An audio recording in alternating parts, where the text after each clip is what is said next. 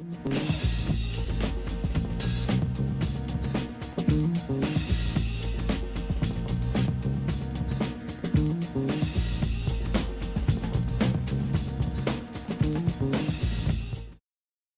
people have been reading articles in the newspaper about the tiny house, and there's a competition that's coming up, and there's a lot of interest. I would like for Matt to come up or to start. All right. Thank you.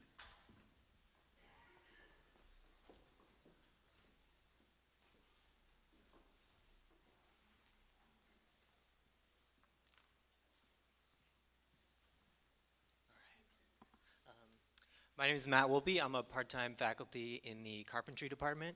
And you want to introduce yourself? My name is Teresa Halula. I work in the Merritt College Horticulture Department and am doing you can't hear me. My name is Teresa Halula. I work in the Merritt College Horticulture Department and have worked in with permaculture and mushroom cultivation. I've joined Matt as a mentor of a horticulture design student, and we're working to provide that exterior plant design for the tiny house project. So Miriam asked me to just talk a little bit about the house we're building and the efforts that we're making on behalf of sustainability on campus. And so some of you literally right out this door, there's this tiny house being built, and it has this angled back wall which gives it its name, which is called the wedge. And so I'm going to just take you through our process a little bit and talk about the weird project that is the wedge and all the students that have been a part of it and the competition that we're going to next month. So this is the tiny house competition. It's run by SMUD, the Sacramento Municipal Utility District. So Cynthia Correa, who's the department head, pretty much just signed us up for the competition without really talking to anybody else, which turned out to be awesome. And so not only do we have to build a tiny house, but it has to be net zero, which means that it produces all the energy that it uses. So this is a new thing for our department, and so we're collaborating with a bunch of other departments, which we'll talk about. So net zero, as I just said, is producing the energy that the house consumes. So theoretically, our house can be parked out in a field in the middle of nowhere, and well, it does need some water, and you could be able to live in it comfortably, and we're using solar power. Next. So we've had over 100 students starting last summer through this summer, and then fall semester we need to finish it. And we've collaborated with architecture, electrical, plumbing, welding, horticulture, as Teresa can talk about, the Fab Lab, graphic design, and wood technology.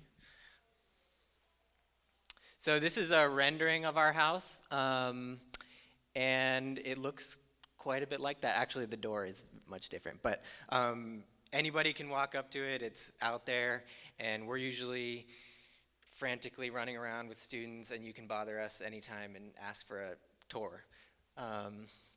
So it started with a sketch.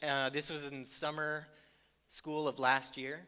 We got a trailer delivered and had to take the dimensions of the trailer and say, and design something. And so it was me and about 12 other students, and spent all summer coming up with the design. And so this is what we came up with. Next. So this is the trailer. Next. I'm going to go a little quick over the construction photos, because next. We found all our windows used, mostly at the Habitat Restore. So we had to design all of our openings around the windows that we found. Insulating the trailer, next. Building the walls. This was us literally building walls on the ground. Next. So you can see the siding going on. You can stop there.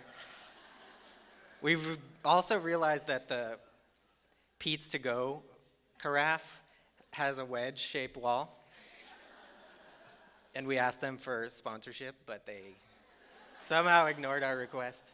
We also, just a testament to the sense of humor of our students, we had to come up with an electrical plan for the electrician who came in, Steve, and Faru from electrical.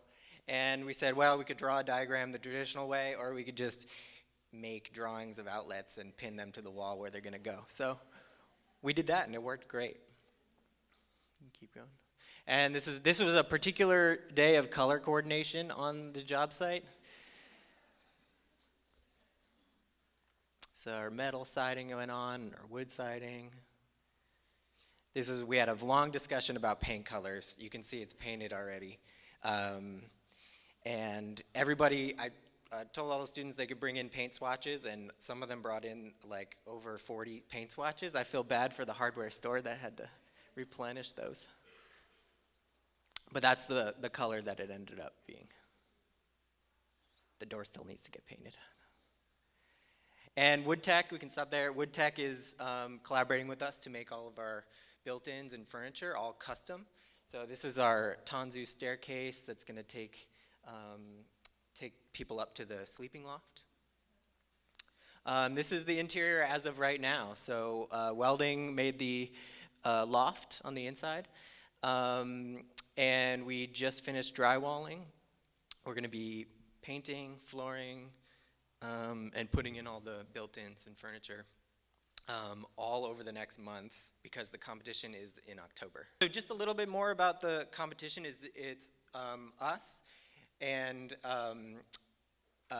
8 other schools, I believe.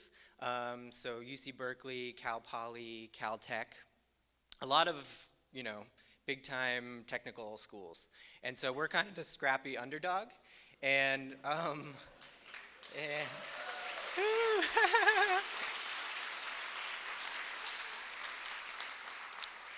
so we're going to show up in October under the radar and hopefully win. And our advantage is our students. A lot of the other schools are, using a small cohort of graduate students to design and build the thing, and it's not necessarily as collaborative with a larger group. We have students, classes of 20 plus students working on our house every semester, and they've helped with the design, planning, all the graphic design, and obviously all the construction. So that's our project. You can come visit anytime. Teresa's going to talk about some of the landscaping that we're doing and our collaboration with Merritt College.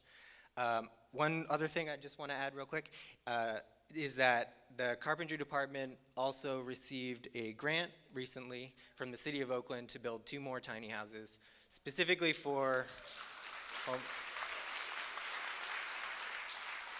thanks.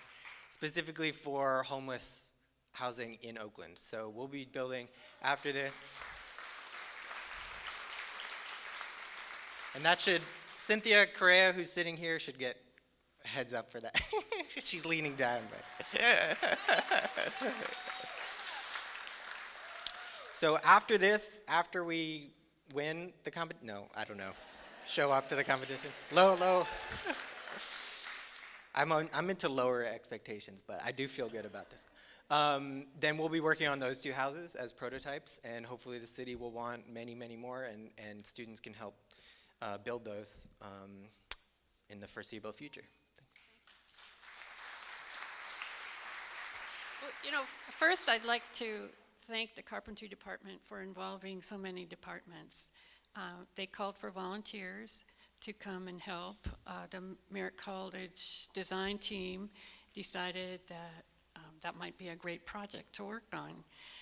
So a few of us got involved, and we're happy to have had the opportunity to share in the project. The exterior garden design is simple because it has to be portable. The first component is a deck that spans the length of the tiny house. It is going to be built in modular units, and for this competition, it will have ramps to the deck. We have an alternate design that shows steps to the deck. On the deck, we're planning to have hay bales for seating, because that's practical, affordable, and possible in Sacramento.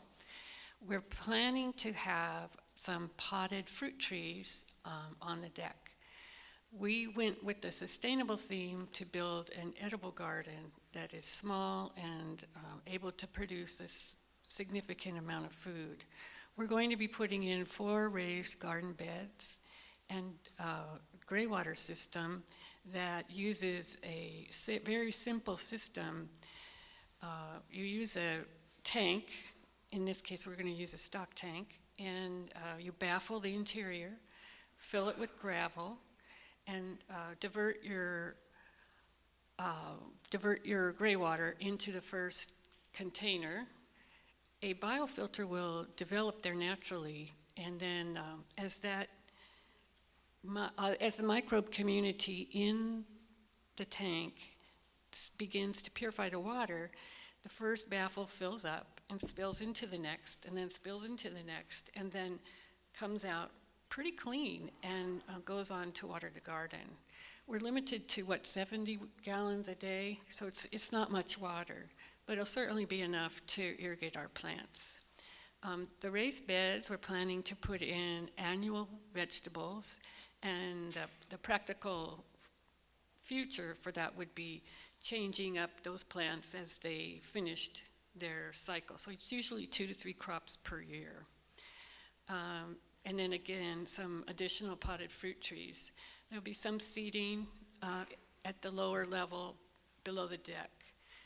That's pretty much what we've decided on the design for this project. One of the things I wanted to mention, and why I have a personal interest in tiny houses, is that they're very affordable. There's no loan, no mortgage at the end of the program. The cost of housing, as you all know, in the East Bay has become prohibitive to most of us. If you're lucky enough to be in a house that you purchased more than 10 years ago, your mortgage is probably affordable. If you're stuck buying a house today, it's really tight.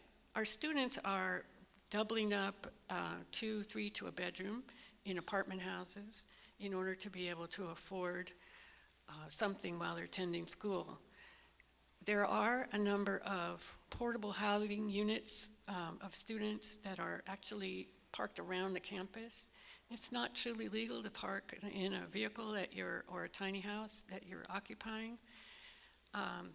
There needs to be some kind of a designated living space for tiny houses to remain for significant periods of time that offer electricity and potentially a community kitchen or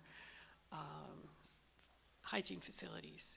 So if the city of Oakland goes forward, it's possible that we could designate some of that public land as basically a trailer park for our students. I think if you get to know your students, you'll learn that some of them are already actually homeless and kind of bounce from couch to couch trying to make ends meet. So it's really important that we provide some kind of affordable housing if we expect our students to stop working 2 jobs and go to school. Again, I'm really looking forward to taking all of the materials up to Sacramento and hoping that this tiny house project with its landscape will win the competition. Thank you for your support. A little bit about me. Thank you for that introduction. I was, again, first generation college student. I grew up in Redwood City. My mom worked for a moving company as a secretary. She was not an admin associate, she was a secretary. She did not go to college. She graduated from high school in San Francisco, Balboa, as a matter of fact. My dad was a cement truck driver in San Carlos, and I don't think he ever graduated from high school because he never talked about it. His parents came from Scotland. My mother's parents came from all over Europe, and I'm a mixture of all kinds of things. But the thing that happened was that they were not interested in my going to college. To them, college was something unattainable. And my mother told me when my friends were all looking for colleges to go to when I was a junior, she said, I came home and I said, I want to go to college. I got to kind of look, you know. I mean, I haven't even thought about this, and I need to start doing this stuff. And I was one of those kids in high school where the counselor in those days thought that the classes I should be taking were shorthand and cooking. And so those were the classes I took. So ultimately, I really didn't have the background I needed to go right into college anyway. And my mom just thought, you know, this is not a good idea. And she looked at me and she said, oh, honey, you're not college material. Our family doesn't go to college. And okay, now what do I do? So I ended up getting married and having 2 kids. By the time I was 23, I had 2 kids. And my mother-in-law, who had never been able to go to college and was a very smart woman, said, you know, Pat, you should go to college. I've been, you know, the conversations we have, the things you're interested in, you're not going to be a happy person unless you get an education and you do something with who you are. And she said, I'll watch the kids, you go to college. So I don't know about you, but when someone tells you, when you reach an obstacle and they tell you, oh, just push through, you can do it, just push through. That isn't how we go through the obstacles. We don't go through an obstacle by just perseverance. You know, and I look at our students in this state, they don't have that. They don't have, you know, you hear about grit, they don't all have that just kind of built in. It's something you give them. If Phyllis Robbins hadn't said to me, you're smart, you need to go to school, do what I couldn't do, and I'll support you in that, and I believe in you, I wouldn't be standing in front of you right now. I'm not sure where I would be, but I wouldn't be standing in front of you. And so as you start to go into this new term, you need to give your students the opportunity to succeed from day one in something. And if you're teaching online, the opportunity comes from giving them an assignment in the beginning that doesn't involve a textbook, because many don't have their financial aid yet and they don't have the money for a book. So give them an assignment that doesn't have, and this is face-to-face to you, an assignment that doesn't have a textbook. Give them an assignment in which they can succeed and tell them how great they were for doing it. And if you haven't seen it, there's this video on YouTube right now. It's called Smile, and it's this guy who works and just talks to people. He's a photographer, and he just talks to people, and he says, oh, you have this gorgeous smile. You have a beautiful smile. You should use it. Or do you know how beautiful you are and how interesting you are? And if we can start giving that to our students from day one and give them an assignment where they can talk about something they know, not have to research, and then give them some positive feedback, and then when they fail at something, ask them what they learned from the failure and give them credit for that, then you start building that piece behind the, you can do it, you know, that foundation behind that. So I wanted to share that with you. That was me. I ended up at Kenyatta. Well, I started in City College, took a class there and got an A. One class, got an A. And I thought, ooh, either they're really stupid or I am smart. And that A made a huge difference. I know I earned it. I mean, the guy didn't give it to me. I can't remember his name, unfortunately, but he didn't give it to me because, you know, I was cute. I don't think I was. But anyway, you know, that A propelled me a long way. And I went to Kenyatta College then and got my AA from Kenyatta College, got divorced, transferred to UC Santa Cruz, and I was called a re-entry student because I had kids.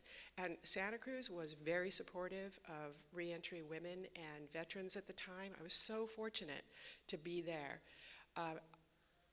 You know, it's just amazing to me that Patty Copeland, this woman who came from family that didn't believe in college, was graduating from college. And I did it without support of my parents. They had no money. I borrowed some money once from my dad, and then when I graduated, he said, where's the $75 you owe me? So I did it that way. And I've done a lot of things in my life. One of them actually was I taught for Ravenswood City School District for 5 years, junior high. And I remember when I went there, my mom said, "You're going to East Palo Alto?" I went, "Yeah, it's like over there." And she was afraid. And at the time, East Palo Alto did have the reputation of being the murder capital of the United States. And that wasn't comforting. District office had bullet holes in the walls and the outside. But the minute you walked onto the campus and school started, it was a school with children. They became kids that were protected and safe. We closed the gates, and they were amazing. And they taught me so much. I was one of 2 white teachers in that school. And I realized how biased I was without even knowing. I grew up in Redwood City in a lower class home in a completely integrated school. I went to an elementary school and a high school, junior high and a high school that were not the privileged ones in Woodside. But here I was facing students. I had trouble remembering their names in the beginning, and I realized it was because I was attaching names to the color of their hair, the color of their eyes, and differentiated features. And here I was looking at these beautiful black and brown children, and I had to recognize who they were inside and start to communicate with them and remember their names by that. I took them to, I had the opportunity from a friend who was at Stanford. She said, "We need kids, and we need kids to try out multimedia software that Apple's producing." And I was teaching multimedia at a junior high in East Palo Alto, and they wanted my kids. And so the district allowed me to rent a van, and twice a week for 2 years, I took 13 little kids, little 7th and 8th graders, and they were little. They're not, I mean, I'm big. They're little. I always wore heels just to make sure I was, listen to me. Anyway, especially for the Samoan kids. It's like, listen to me. But I took them, and they learned that there was another world and that they could be honored. And not too long ago, I was here in Oakland with my daughter who lives here. She teaches here. And I was at Costco, and this woman came up to me, and she said, "Are you a teacher?" And I said, "Well, yeah." By then I was a dean. "Yeah, but you probably want my daughter." And she said, No, I want you." And she said, "You were my 7th grade teacher." And then I recognized her. They all change. We don't. And, well, we have more wrinkles. But and she said, "Come and meet my friend." And she introduced me to her friend, and she said, "This is my favorite teacher." And I sat down and talked to her, and she said that she was doing her doctorate in anthropology at Berkeley. Just kind of blew me away. And I found out that most of those kids that I worked with, I took them to Stanford twice a week to work with. It was actually a think tank to work in developing multimedia software. Those kids had all graduated from college, and she knew where they had gone. And it was just a matter of showing them something different and saying, I need what you know. I need you to work in this stuff. They developed multimedia software. It was amazing what they did. And if something would go down and break in front of a crowd, because they actually presented to the Oakland administration for all the Oakland city schools.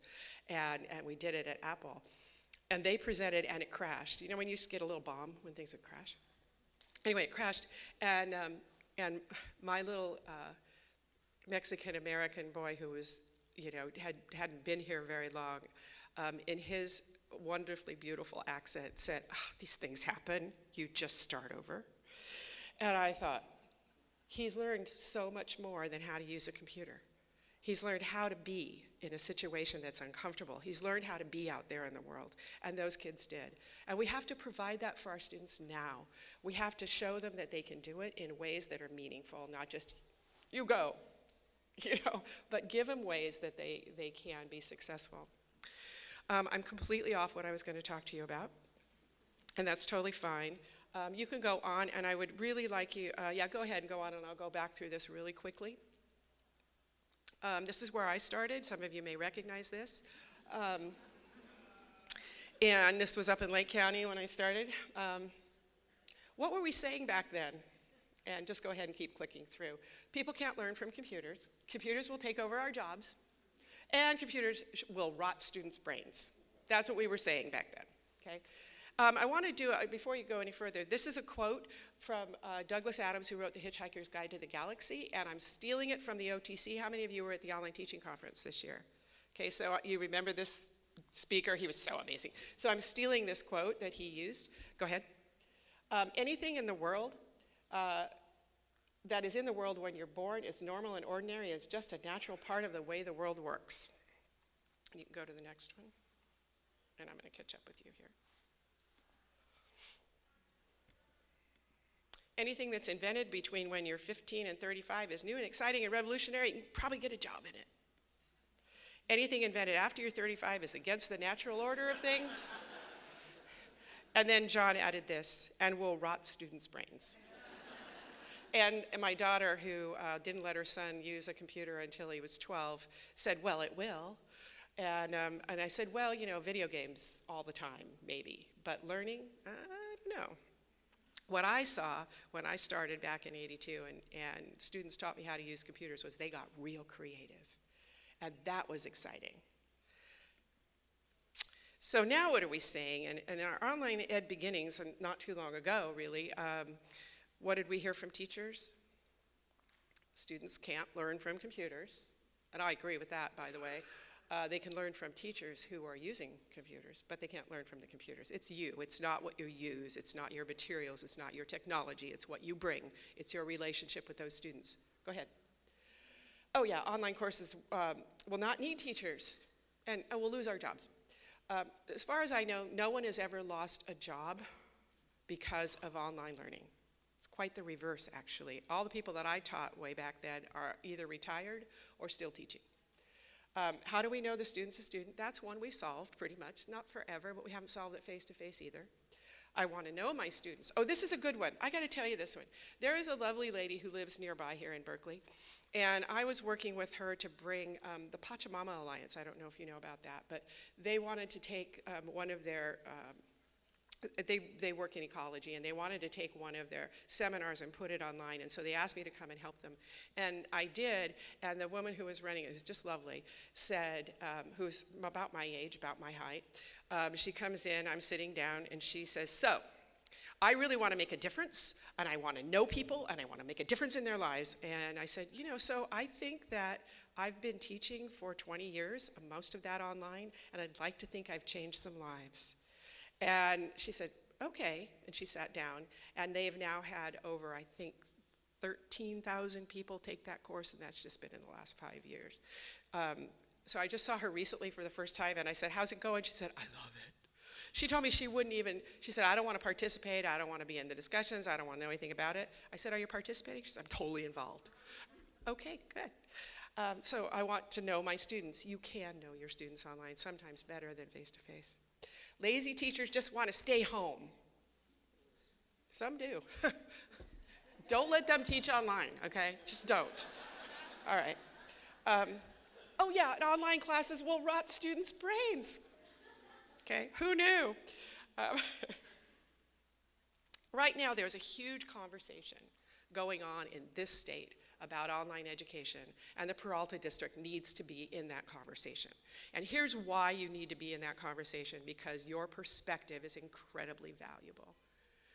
The diversity in this city and this region, in your district, is unreal, and you know how to work with it. You have a different perspective than the LA folks bring. All of the LA colleges, all 9 of them, are involved in OEI stuff, okay, all of them. But your perspective is different. I know it, I grew up here. My daughter now lives here, I spent a lot of time here. What's going on in this city is incredibly interesting and very different than what's going on in LA. So your voice is a really important voice to bring to the conversation. You're also coming in a time where you can look at all the mistakes everybody's made and not make them yourself. And that's pretty cool. I want to tell you that I came here, and where's Fabian? Where'd he go? He didn't leave, did he? I can't see him. Anyway, I came, I think it was about 12 years ago, and I worked with the district to design, to build an online ed plan, distance ed plan. And we worked for about 6 months building a plan. And I have to say that you were all individually ready to do that. And the work that you were doing individually was really amazing. But you needed to come together and work together. At that time, you had the ability to put, I don't know, what was it, about 10 degrees online together for students. And that wasn't happening at that time. You weren't ready. This state wasn't ready for the OEI either then. It is ready now. We're no longer isolated from each other. We now can communicate in ways that were never imagined when the community colleges were founded, from high schools and then into communities. Now we do, and we can communicate with each other. And I have to tell you, I am very proud of the distance education community in California because they are leading the conversation about collaboration across the colleges. And we are, as you said, much better together, much stronger together, and our effective practice sharing can really raise us all up if we get involved and if we have these conversations. And the conversations that are going on now are just stunning. Are any of you from enrollment management or enrollment services, A&R, in here? Couple maybe. I will tell you that we had a summit for all of the A&R and enrollment management, that's instructional folks, and financial aid people for our pilot colleges, and they found out that we're doing really stupid things statewide. I was lucky to work with Pam Deegan, who was a CIO for a while with us, and she used to have us come to meetings and ask us for the stupid list. Okay. The stupid list was those things we're doing because we've always done them and nobody knows how to change them.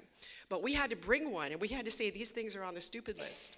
You know, and what's on the stupid list is how we do state residency. And these guys figured that out, and they said, wait a minute, at my college a student can be a resident of California, but at your college, which is like right across the street, they aren't. And the reason for that, it was tied to start dates, right? Term start dates. So whether you're a resident or not happens a year the day before the term starts. So in this state, people can be residents of California at one college and not a resident of California at another California community college. Is that crazy? I think it sounds pretty crazy, particularly because we have students swirling now. We have students who are going and taking courses at other colleges because they need them. And we have no control over that. We don't know where they're going. We don't know what they're doing. They're just doing it on their own. Sometimes they take courses they don't need. And we don't even know. And we're making it hard for them. So the way I feel is, first of all, the project I'm working on, it's about students first. Every decision we make is about students. Someone on our steering committee said, what if what we do is not good for the college but good for the students? I said, how can that be? I don't see how that could be. If it's good for the students, it will be good for the college. Ultimately, it is. And what you were saying about, your chancellor was saying about education and needing access to education, if there was ever a time we needed an educated population, it's now. Okay, for both the political scene, oh my gosh, and just saving the planet. I want people to be smart. I want them to save the planet for my grandchildren. I've got two, by the way. I want them to be okay. I think we need to educate everybody we can. And access is one of the ways to do that. We're going to be providing that. I want to talk to you just for a second about, so anyway, I'm glad to be back here. It's really nice to be back here at this time. I want to just talk for a minute about what distance ed brings to those of you who teach face-to-face. How many of you do not teach online? And if I don't know you and no one's watching, keep your hand up if you think online is worse than face-to-face. That's totally fair. And the reason that you probably think it's worse is because success and retention rates are lower. And that's what you think. I get it, totally get it, they are. We can change that. Okay. This is what's going on right now. I hesitate to show this because I don't like comparing online to face-to-face. And I would charge you not to do that any longer. But in this case, there's an important thing going on. Here is face-to-face, and it's moving up, and it's leveling off. And since 2012, retention in face-to-face classes has been flat. Okay. Online, however, has been moving up. So face-to-face is going like this, online is going like this. At some point, what's going to happen? Okay, I don't know, I hope it keeps going. But here's what I'd like to see. I'd like to see that happen. And the reason I'd like to see that happen is because some people, there may be some of you in the audience, I won't accuse you, but you're probably there, that are saying, I'll never teach online. It's never going to be better. I don't want to know anything you do because it's not better. And what you're doing is you're not looking at the innovation that you're seeing here. There's a ton of innovation going on in online learning. And those of you who teach face-to-face should pay attention to that. Get involved. Find out what tools you can use that would make you a better teacher, that would make your students learn better, faster, and retain it longer. One of the things we're finding out, students who take online classes retain the information and use it better longer. And it's because it's a more individualized approach to learning. So there are problems. There are problems. We're trying to fix them. But we need you to help us with that too. So those of you who've always just put it off and said, I don't want to know about it, I'm not going to look at it because it's not as good, need to look at the innovation and see if there's stuff there that you can use. This is an interesting thing, and I'm just showing you the retention piece. The success piece is all lower, but it looks the same. And I don't know about you, but 63% success at face-to-face isn't good enough either. So let's go to the next one. All right, so here, this was John Landis at the OTC, and he talked about when he was really young and he had surgery on his back. He had no scar. He had a huge scar, took 4 weeks to recover. Advance 20 years later, no scar, 5 days to recover. And what he said is that that same doctor was the same doctor. If the same doctor was doing the same method of surgery today that he was doing 20 years ago, he would be committing medical malpractice. So just think about it. If you're teaching the same way you were teaching 20 years ago, even 10 years ago, you could be considered as committing teaching malpractice. And I don't think any of you everybody wants to be better. I think everybody wants to be better. And online really helps you do that. And I want to say that one of the things that I wasn't thinking about is when you become an online teacher, you think to yourself, I'm going to be isolated. But you can't be. Because in order to teach online, you have to have help. People have to look at your courses. They have to do all kinds of things to help you teach online. You're now collaborating. So there is something to be said about teaching online that is counterintuitive. In addition, the innovation is huge. So if you're thinking about teaching online, even if you're not, I would challenge you to do that. Start with a hybrid, or start just using the course management system for your face-to-face course and see how that goes. See how you feel. What is it you need? We're going to try to provide that for you. So this is the beginning of what we're doing with the OEI, and I want to just clarify some things for you. The OEI is focused on completion. We were funded at $56.9 million in 2013-14. We didn't get the money until 2014. We all didn't get hired until June of 2014. So since June of 2014 to now, we have done a ton of stuff, and I'm going to show you that in a couple of minutes. But I do want to tell you that there's some misconceptions about what we're trying to do. And what we're doing here, what I wanted to show you here is you have choices of how you participate. You can use our resources, and that's it. As a district, you could use the resources. Please do. Almost all of them are free to you to use. And give us feedback on those resources, by the way. What we know is that online programs have never been fully resourced. And that's why students don't succeed. And that's why teachers don't succeed. Okay, so you could do that. Or you can use OEI resources, and you can choose to adopt Canvas as your course management system. It's free. I am more confident than I have ever been that it will continue to be free. The Chancellor's office is behind us. The legislature just gave us an augmentation of $20 million. We didn't ask for it. We didn't ask them. It just came. And I'm going, okay, I gotta, you know how easy it is to spend $20 million in 2 years? Do you understand purchasing in your college? It isn't easy, okay? It's not easy. So I am more confident now than I've ever been. We do have an ongoing $10 million budget, out of which half of that is going to pay for the course management system no matter what's going on. Okay, and we are talking about it as an infrastructure, and Eric Skinner, who's the interim chancellor, agrees that it should go forward. So does just about everybody else in that office now, because we've been talking about it for a long time. This is a dream that we've had for a long time, and it's now coming to fruition. Colleges can use resources, do Canvas, and also be part of the course exchange, which is cross-registration. It's seamless registration across colleges. And what's really cool is, in order to do it, we have developed, I can't even believe it. Do you know how many student information systems there are in this system, in the community colleges? Do you know how many? That's PeopleSoft, Banner, DataTel, Workday, and a bunch of things that have really strange names because they were homegrown. Okay. Imagine for a minute if we didn't have different student information systems. Some of you who are in administration, I know you're going, oh, I can see a day, and it's coming quickly, where we won't have to input MIS data anymore. It'll just happen. And it won't be 18 months before you find out the results. And we won't be making budgets based on what went on back here right now.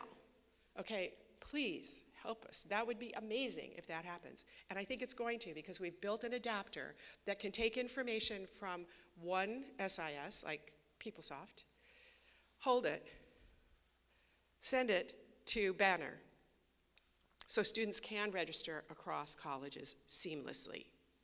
Now, we're focused on completion, so right now we're not even talking about, and I don't think anybody wants to talk about students taking full degrees online from a whole bunch of different colleges. We need a home base. The students need a home base, so we're talking about completion. These are the resources we're providing.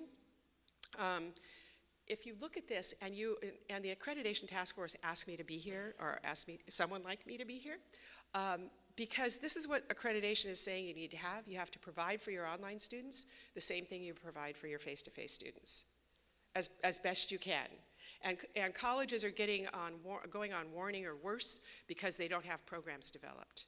So we decided we need to provide the things that you need to make your programs work. And so that's what we've done. And I would invite you to go and look particularly at the readiness tools. And we're going to show them this afternoon at the workshop we're doing.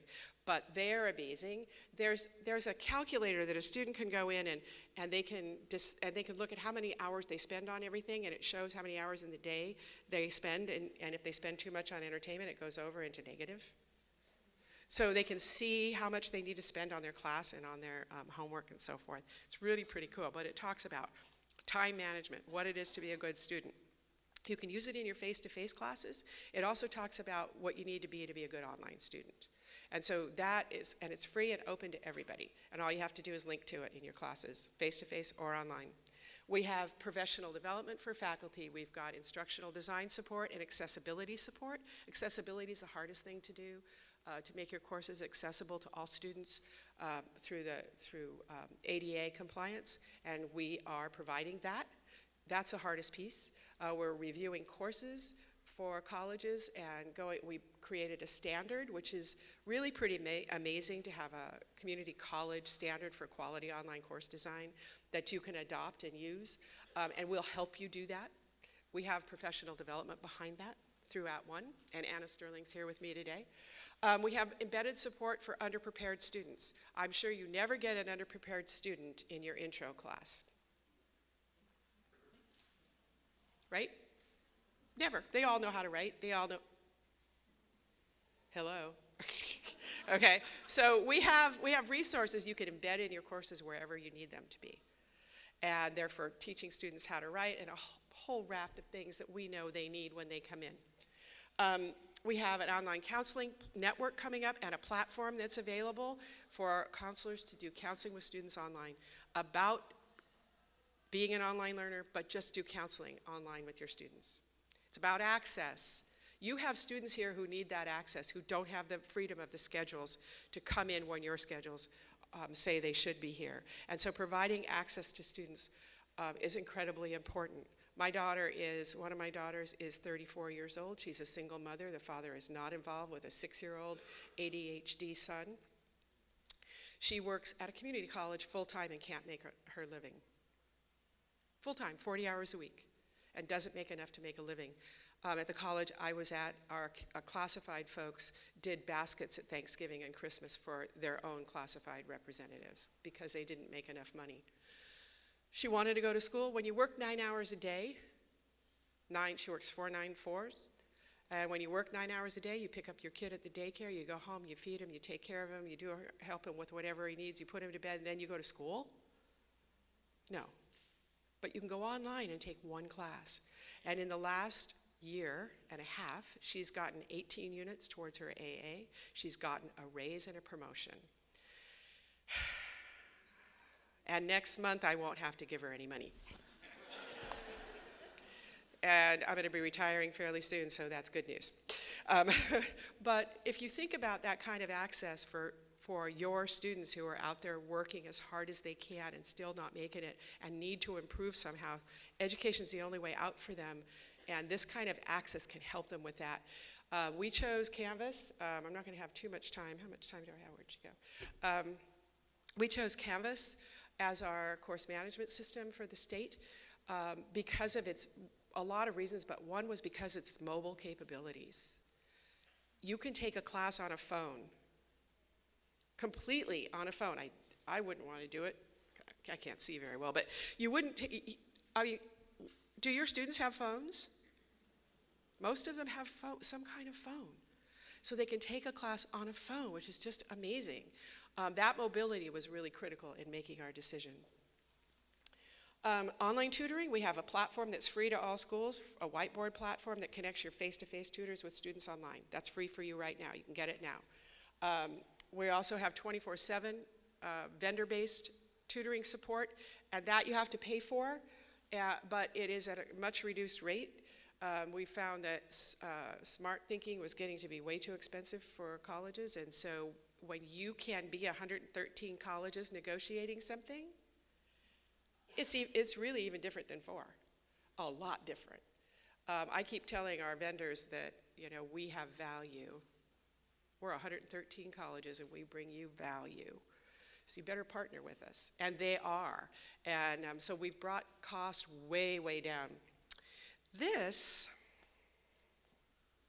There were other things on there. Okay, and so I'll give this PowerPoint presentation to Miriam so she can publish it for you so you can get to it. But our website also has all of the connections to all of this, and it's at ccconlineed.org, and you can go there and make use of all of these tools. Most of them are Creative Commons licensed, and many of them are free to all the colleges. Okay, go on now. What is this? Anybody know? What? Somebody said it. It's a list of colleges. These are the colleges that have committed to adopting Canvas or are in the process of implementing.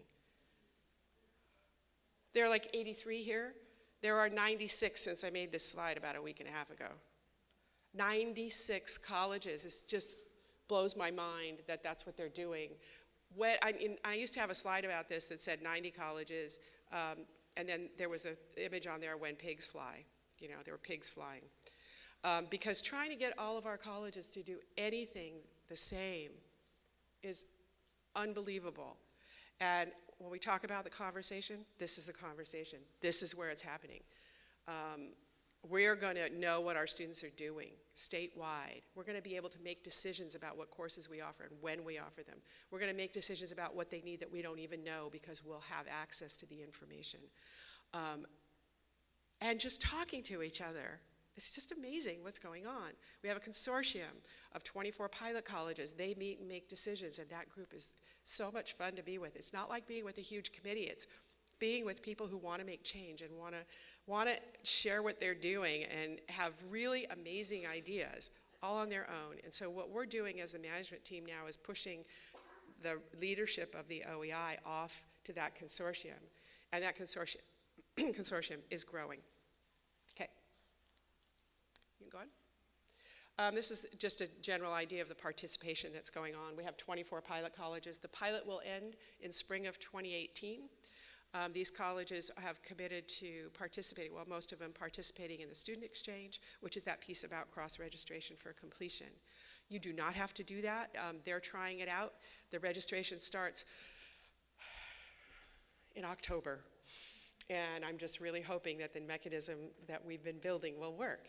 And I think it will work. It's just going to need some tweaking probably and a lot of adding to. Do you realize that our students can't get financial aid for all their classes that they take if they take them from more than one college? You can in a district because you're a consortium, but you can't if you're a little college over here, another little college over here, and you have a student taking 3 classes here and 1 over here. They only get the financial aid for these 3. So the consortium that we're building has a financial aid consortium within it, so students will be able to get their financial aid for all of the courses they're taking. That's going to bring the debt ratio down for them too. And so we have over 93% of the colleges participating in some way. Okay, and well, let's just go over these. These are all the services. We could just go to the last slide, which is our website, and I can take some questions. There's so much I could just go on, but and someone up there, yeah, I can't see too well.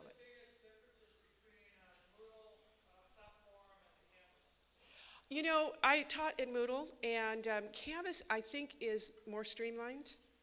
So it's much easier to actually use, both for faculty and for students, even in Moodle. And Moodle is really easy.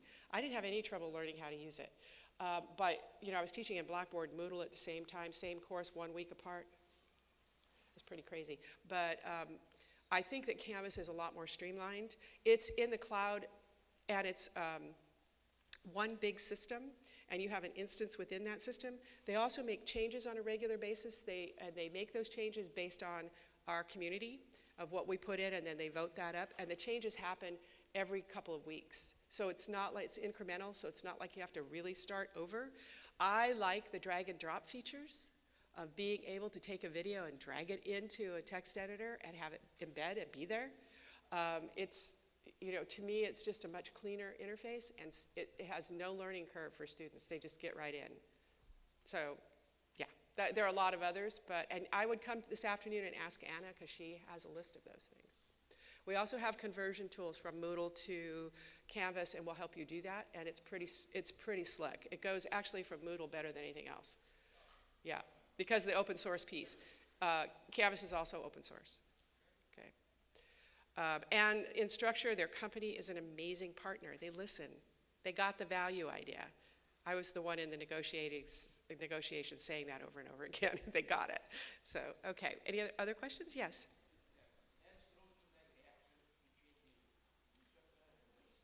Say it again. There's no interaction between the instructor and the student. How many of you are teaching online? And would you uphold that? There's a lot of interaction between the instructor and the students. You have to know how to do it, and we'll be talking about that this afternoon too. You have to know how to do it, but I will tell you that I remember being in a graduation ceremony where the faculty form double lines, an honor guard where the students come through, and this young woman came through and she said, "Miss James," and I went, "Yeah?" And she said her name, and I said, "Oh my God," and she gave me a big hug. She'd taken 2 of my online classes. I'd never seen her. And we didn't have photographs then. And she hugged me, you know, and I felt like hugging her back. You actually get to know your students pretty well. There's a lot more one-on-one that goes on in an online class than a face-to-face one, and nobody gets to hide. Yes? Excuse me, we've been asked if people who have questions can ask him from the mic, because we are live streaming Sorry, I this. could have, Also, while he's coming up, if you can tell people about your workshop this afternoon for who's interested in learning more from you. I'm sorry? Can you tell us about your workshop this Yeah, afternoon? we're doing a workshop that's a little more hands-on about course design and what it's like to teach online, and we'll also be talking a little bit more about Canvas and about what the OEI is doing there. We can answer a lot of questions there. It's at 1 o'clock, and then there's another one that follows, so we're doing 2 of the same one. Yeah. So some of the consortium services are really great. Do you have to use Canvas to No. leverage the consortium services and that cross? No, you don't. And we don't want to force you to do that. You know, that decision is your own. And we also have a little website that tells you how to make that decision and some ideas for who you should bring in. And we want you to make the decision based on what's best for you, because otherwise it's not going to work. So, and it's a faculty-driven decision, by the way.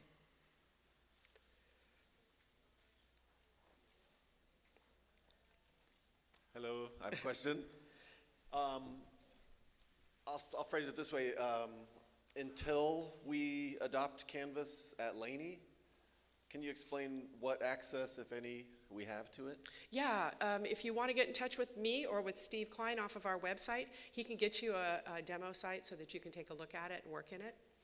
And you can see how it works. We can also get you a demo site from Instructure. We'll talk to our folks there, and they will come and talk to you and give you some space to work in a sandbox. So yeah, you can. And we can give you other people to talk to, too. And I just want to say one thing that I forgot. I would like you not to compare online courses to face-to-face anymore. I just want to say that. Instead, compare fully resourced online to non-resourced online and see what you get, because that's when you know you can make changes and you can fix things.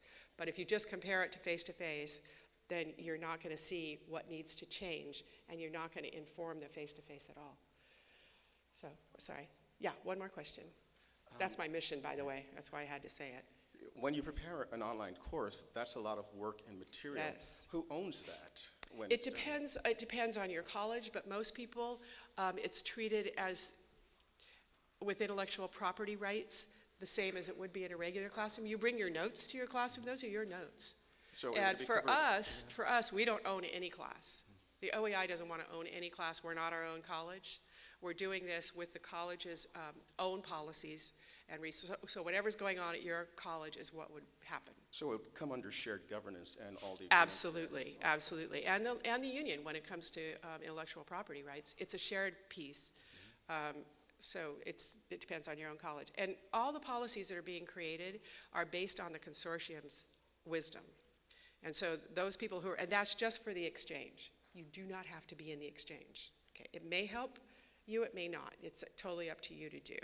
The governor wants there to be more access for online courses for students. And the way you do that is you help people make their courses better that they already have. You help colleges be able to add more online classes, and you allow students to register where and when they need to. That was it. Okay. Is that it?